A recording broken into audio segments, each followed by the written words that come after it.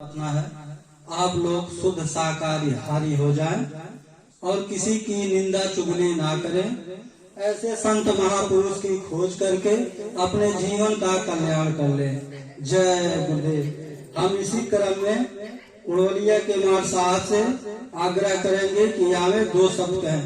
2-4-10 minute और होगा, आप लोग प्रसाद लेकर के ही घर अपने जाइएगा। जय गुरुदेव।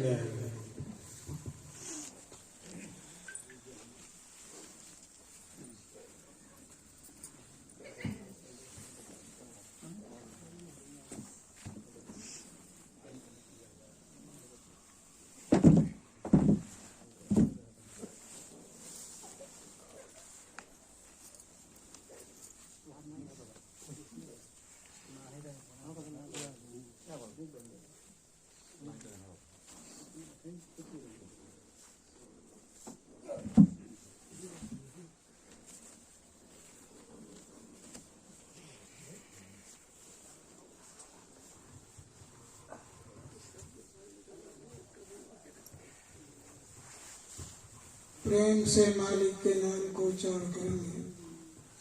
जय गुरुदेव, जय गुरुदेव। जय गुरुदेव। नाम किसका? प्रभु का। प्रभु का पावन नाम। जय गुरुदेव। सब स्वरूप में सर्वत्र विद्यमान परम पूज्य स्वामी जी महाराज एवं परम श्रद्धेय वक्त के संत सतगुरु हुजूर महाराज के श्री चरणों में कोटिन कोटि नमन बंदन प्रणाम करते हुए इस बैरघाट के निवासी पिता तुल्य लोगों, माताएं, बहनें, बच्चे और बच्चियां और दूर दराज से चल कर आए हुए हमारे सत्संगी धर्म प्रेमी भाई बहनों, सबको सादर जय गुरुदेव। देखिए,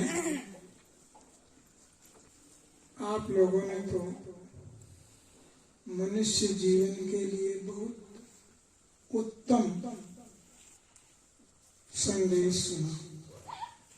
देखिए, सत्संग मनुष्य शरीर के लिए सबसे मूल चीज है। ये जो हम लोग सुनाते हैं, हम लोग सत्संग नहीं सुनाते हैं, हम लोग महात्मा जो बताते हैं उसको सुनाते हैं। जैसे स्कूल में मास्टर पढ़ाते हैं तो उनमें तमाम ऐसे बच्चे होते हैं जो मास्टर का ज्यादा बात समझ लेते हैं, तो उनसे क्लास के और विद्यार्थी कभी कभी पूछते हैं तो थोड़ा वो अधिक बता लेता है। ऐसे जो महात्माओं का संदेश कुछ लोग ध्यान दे करके सुन लेते हैं, वह पुस्तकों में याद कर लेते हैं, वही आप लोगों से बताते हैं। लेकिन सत्संग की महिमा बहुत ऊंची है। महापुरुषों ने कहा है कि मनुष्य देह का फल है कि आप सत्संग सुनो। अब एक बात हम आप बता रहे हैं कि आप लोग जितने लोग यहाँ आए हो सब सत्संग सुनने के लिए आए हो। आप लोग यही सोच करके घर से निकले कि हम लोग चल रहे हैं, वहाँ अच्छी बात सुनेंगे। लेकिन मान लीजिए आपने ये सब बात सुनने को आया है लेकिन सो गए। अब जो लोग सो गए वो लोग तो खो दिए, लेकिन जो लोग ध्यान से सुने और उन वचनों पर चले उनके लिए बहुत अच्छा। हमारे महाराज जी एक कथा सुनाते थे। कोई कथा कोई वार्ता, कोई सत्संग सुनने का मतलब है कि हमारे लिए कोई अच्छा बात है तो उसको सुन करके उसी अनुसार हम उस काम में लगाएं।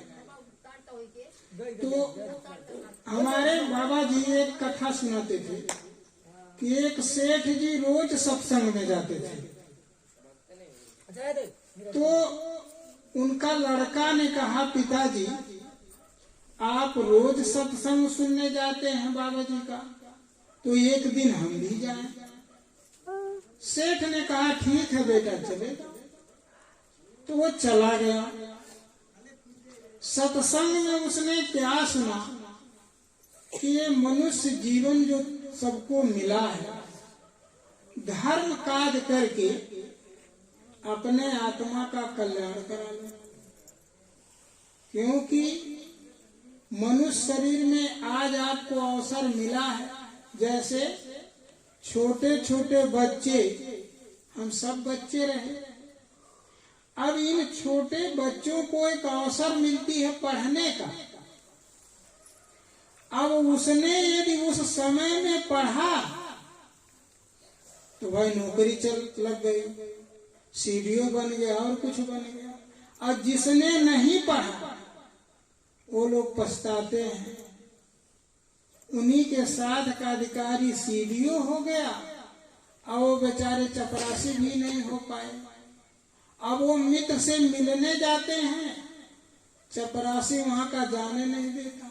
अब सोच होता है कि वही स्टेज पर हम भी रहे, लेकिन हमने पढ़ाई नहीं किया तो देखो हम किसी काम लायक नहीं, अपने मित्र से नहीं मिल पा रहे हैं। तो इसी प्रकार से आए माताएं बहनें प्रेमी, हम लोगों को यह मनुष्य अवसर मिला है कि आप धर्म कमा लो। अब धर्म कैसे होता है? किसी को आप सुख पहुंचाओ, वही धर्म है। तो आपका जो धन मिला है वो मनुष्य के अधीन है। चाहे जंगल हो, झाड़ी हो, पशु हो, पक्षी हो, सब उसके मालिक मनुष्य है। ये मनुष्य वह अपने काम में लगाता है, ये सबको लगाता है। तो प्रभु कहते हैं, भगवान कहते हैं कि ये सब तुम मालिक हो तो तुम न्याय करो, सबको सुख पहुंचाओ। तुम्हारे पास धन है, भूखा गरीबों को मदद कर दो। पशु भूखा है, गाय भूखी है तो थोड़ा बहुत चारा डाल दो उसके लिए। कुत्ते द्वार पर आ गए तो भाई उनके लिए कोई पकवान नहीं बनाता है तो उनको थोड़ा भोजन दे दो। तो यही सत्संग में उसने सुना। बाबा जी कहे कि भाई आप परमार्थी काम में, जीवों को आराम देने में, मनुष्य को कोई गरीब है उसको कपड़ा वस्त्र दे दो, भोजन के लिए वो परेशानी में है तो भोजन दे दो। यही धर्म करने के लिए आपको मिला है। यदि आप धर्म कर लोगे तो महापुरुषों ने कहा कि जब आपकी मौत होगी तो धर्मराज आपका बड़ा सेवा करेंगे और आपको फिर अच्छे मनुष्य जीवन में राजा महाराजा बना देंगे, वह स्वर्ग कुंठ के देवता बना देंगे। यही महात्मा जी ने सुनाया उस दिन सत्संग। बच्चा आया गया तो बैठ गया दुकान पर। एक गाय आई, आटा बोरी में खाने लगी। तो किसी ने कहा, अरे भाई तेरी आटा गाय खा ले रही है। तो उसने कहा, कोई बात नहीं, मेरे पास बहुत सारे अनाज पड़े हैं, एक गौ माता है, कितना खा लेंगी, धर्म तो ही होगा। मेरे पास तो कई कुंटल, कई ट्रक अनाज है, तो थोड़ा खा ले गौ माता, क्या हुआ, धर्म होगा। बाबा जी सत्संग में सुनाए। तब तक बाप आ गया। बाप देखता है, नाराज होता है, गाय को तो ताड़ देता है।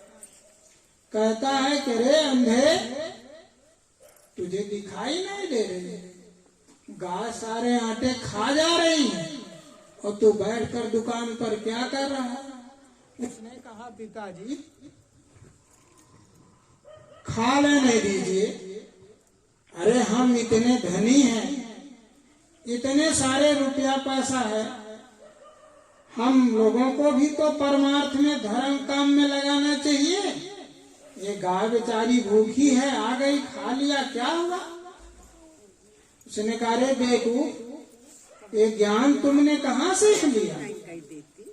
तो उसने कहा अरे पिताजी हम सत्संग सुनने गए थे, बाबा जी ने सत्संग सुनाया था कि मनुष्य शरीर थोड़े दिन के लिए मिला है, धर्म काम करके अपना कर्म बना लो। तो इतना खा लिया तो क्या हुआ? उसने कहा रे बेगो मैं इतने दिनों से सत्संग सुनता हूँ, जो सुनता हूँ वही छोड़कर चला आता, और तू बड़ा सत्संग सुनने वाला बन गया।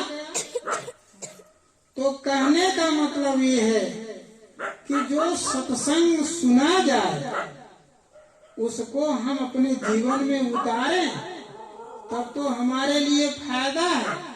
नहीं तो एक कान से सुन करके फिर चले जाए तो उससे कुछ लाभ नहीं। अब एक बात हम आप लोगों से फिर पूछना चाहते हैं कि हम लोगों का यह मनुष्य शरीर क्यों मिला, इस पर विचार किया जाए। देखिए हम लोग सोचते हैं कि ये घर बनाना हमारा काम है, हम लोग सोचते हैं कि ये बच्चा पालन करना, हमने जन्म दिया तो बच्चा का परवरिश करना हमारा काम है। हमारा काम है कि बढ़िया से बढ़िया खा पी ले, ज्यादा से ज्यादा धन बैंक में जमा कर ले, ये हमारा काम है। हम यही सोचते हैं कोठे अटारी हो जाए, बस ट्रक हो जाए, व्यापार बढ़ जाए, तो हम लोग यही सोचते हैं। लेकिन एक पर आप विचार कीजिए कि हम बच्चा जन्मा करके उसके पालन के लिए हम नहीं आए हैं। यदि हम आए हैं तो बच्चा जन्मते माँ मर जाती है, नहीं मरती है। बच्चा जन्मा करके माँ मर जाती है, तो यदि माँ का पालन करने की जिम्मेदारी होती तो माँ क्यों मर जाती है? महल बनाते कभी लिंटर के लिए सारा जाम फिट रहता है और तकाजा आ गया, लिंटर बंद हो गया। तो मेरा काम घर बनाने का था तो मैं मर क्यों गया? इसलिए इस दुनिया का जो भी काम है ये हमारे आपके लिए नहीं। महात्मा कहते हैं कम से कम में काम चला लो, क्योंकि ये छोड़कर जाना है। और यहाँ क्या करने के लिए आप आए हो? आप सिर्फ भजन करने के लिए आए हो। मनुष्य शरीर सबसे उत्तम शरीर है। कुत्ता बिल्ली भजन नहीं कर पाएगा, भेड़ बकरी भजन नहीं करेगा, और चाहे वो किसी के खेत खा ले, किसी को मार दे तो पाप भी नहीं लगेगा। क्यों? कि वो अपना खेत भी चर लेगा और आपका भी खेत चर लेगा। लेकिन आपको ज्ञान है कि ये मेरा बच्चा है, उसका बच्चा है, वो उसका खेत है। तो यदि अपने स्वार्थ के लिए किसी का आप नुकसान कर रहे हो तो ये हुआ पाप। अब महात्मा ये कहते हैं कि आपको यहाँ इस धरती पर अच्छे काम करने के लिए मिला है। अब अभी आप लोगों ने सुना कि मरने के बाद कितना दुख उठाने पड़ते हैं, लेकिन उस बात को वहीं छोड़ दीजिए। आप यह बताइए कि हम लोगों को एक दिन मरना निश्चित है कि नहीं? निश्चित है। और कब मरेंगे इसका भी पता नहीं। सबसे बड़ा दुख की बात यह है कि हमको आपको मरना है, यही सबसे बड़ी दुख की बात। अच्छा मान लीजिए हम लोग सोचते हैं ज्यादा दिन जीवित रहें, इस धरती पर हम लोग हमेशा हमेशा जीवित रहें, तो आप यह बताइए कि आज इस धरती का जनसंख्या 8 अरब हो गया है और अभी समस्या बन गई कि हमारे बच्चे घर कहाँ बनाएंगे, खेत कम हो गया, खाने को कहाँ मिलेगा। अभी कोरोना काल में जहाँ जमीन में आदमियों को गाड़ा जाता था ब्राजील में मुर्द घट्टी कम पड़ गई, तो यही आदमी न मरे तो फिर बताइए इस धरती पर रहने का ठिकाना रहेगा। तो इसके लिए भी एक दिन आपको प्रार्थना करना पड़ेगा कि हम लोग भी मरे। अब देखिए ये बात, इस पर विचार कीजिए कि हम लोग मरते हैं, मरने के बाद कहाँ जाते हैं, इस विषय में कभी हम लोगों ने कहीं विचार किया? पहली बात तो कल मर जाएंगे कि परसों मर जाएंगे, ये हम लोगों को जरा सा भी ख्याल नहीं है। यदि परसों मर गए तो हमारा गहना गुड़िया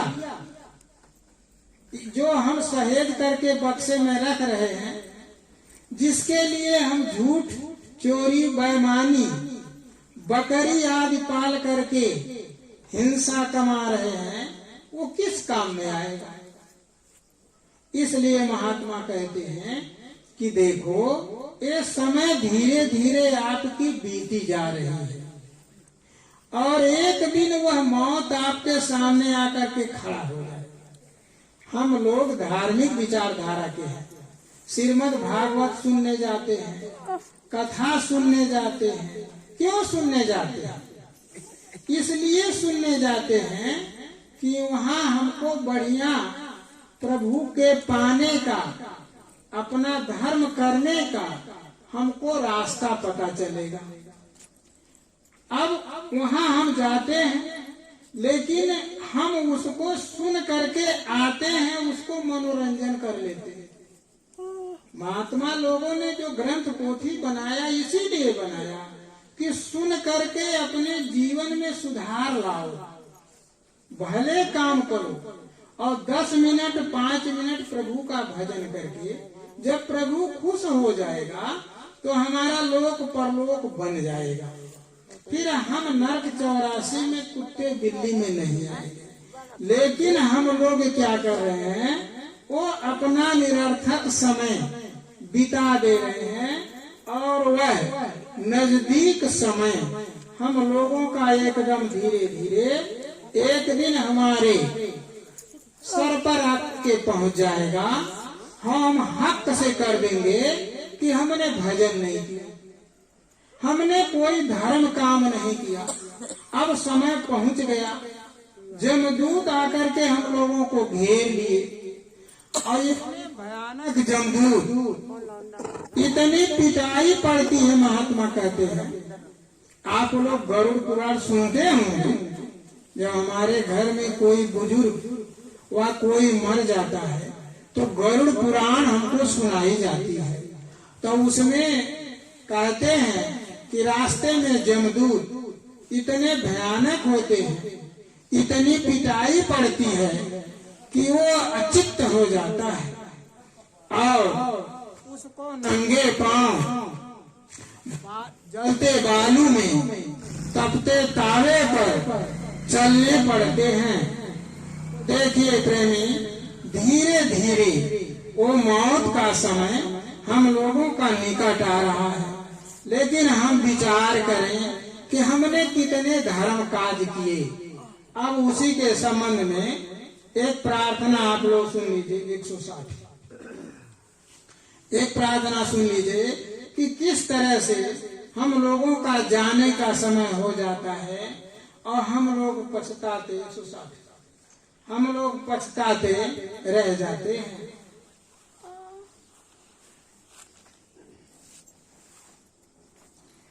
तो यह मौत हमारी और आपकी भी 160 हमारी और आपकी मौत भी एक नजदीक एकदम नजदीक चली आ रही है।